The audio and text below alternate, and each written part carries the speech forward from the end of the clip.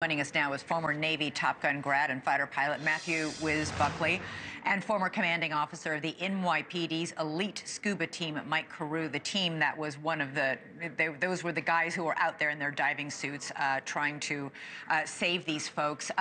First of all, Matthew, I want to start with you because as we look at that horrific video of that helicopter plummeting from the sky, the rotary blades do not appear to be moving at that point. Oh, and it appears that pieces of the helicopter are falling off of it as it falls down. What could cause this to happen in a helicopter? Elizabeth, my chest hurts watching this and just feel so bad for the victims, but you nailed it. I've seen recent videos. The main rotor blade had separated from the helicopter. And as you can see in the video you're throwing on the loop there is no tail boom. So something absolutely catastrophic, mechanical, happened to this helicopter. Don't want to speculate too far, but could have been in midair with a drone or something along those lines. But Elizabeth, in a helicopter, there is a lot of moving parts, and these moving parts have to work flawlessly all the time. If something is out of alignment in a helicopter, bad things can happen. And these tourism helicopters, they are workhorses. They do a lot of flying. So I'm sure the NTSB and the FAA is going to be digging into the mechanical records of this helicopter. Yeah, they're workhorses, Matthew. And also we know that this crash happened not shortly after taking off. It was a good ways into this tourist flight. They had flown this family from the southern tip of Manhattan all the way north to the GW Bridge, which if you're from or familiar with the New York City area is way up there, and then was turning around to head back down south. So it looks like it was more than halfway through the flight.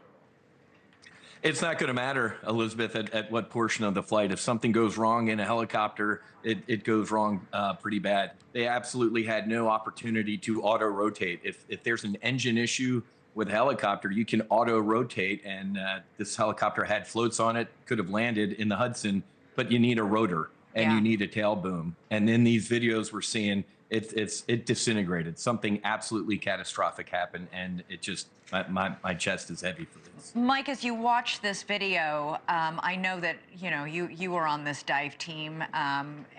They want to go in there and save folks, but I don't know how anybody could survive just the impact of a crash like that. It wasn't like the miracle on the Hudson when that passenger plane sort of glided in and touched down. It was still rough, but managed to touch down on the Hudson River. This was a straight down crash. Yeah, absolutely. And first I want to thank you for having me here. And correct, I wasn't a commanding officer. I was just one of the divers on a dive team. We just promoted you, but go on. There you go. So make sure it reflects my paycheck. Anyway, sorry, but yeah, exactly. It's a tragic thing, and that was my first thoughts. watching this crash from that height at any impact.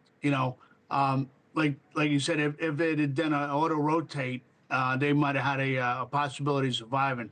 But to hit the water at that speed and impact upside down, it's really a terrible thing. Again, with the windows, the windows, everything else, it's not made or designed to take that kind of impact. Yeah. And the same thing, even though they're strapped in, the blunt trauma that they probably received when they hit the water. So, as tragic it is, and the divers wanted to do the best rescue, I think it was a very, very difficult time for them to even make that possible. And Mike, in this case, you talked about being strapped in. It's not just a seatbelt like you have on an airplane. There's a shoulder harness. The people are sitting very close together. You're sort of wedged into these helicopters, and there isn't a flight attendant on board to help facilitate evacuations. This is a totally different thing to evacuate from a helicopter than it is to evacuate from a passenger plane. Yes, absolutely. And again, with that kind of impact, even the cars or anything else, seats, they're gonna rip apart.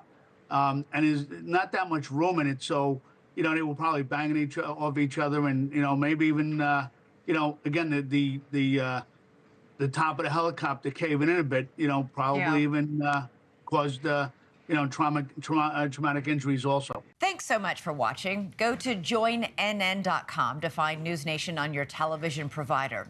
And don't forget to click the red subscribe button below to get more of News Nation's fact-driven, unbiased coverage.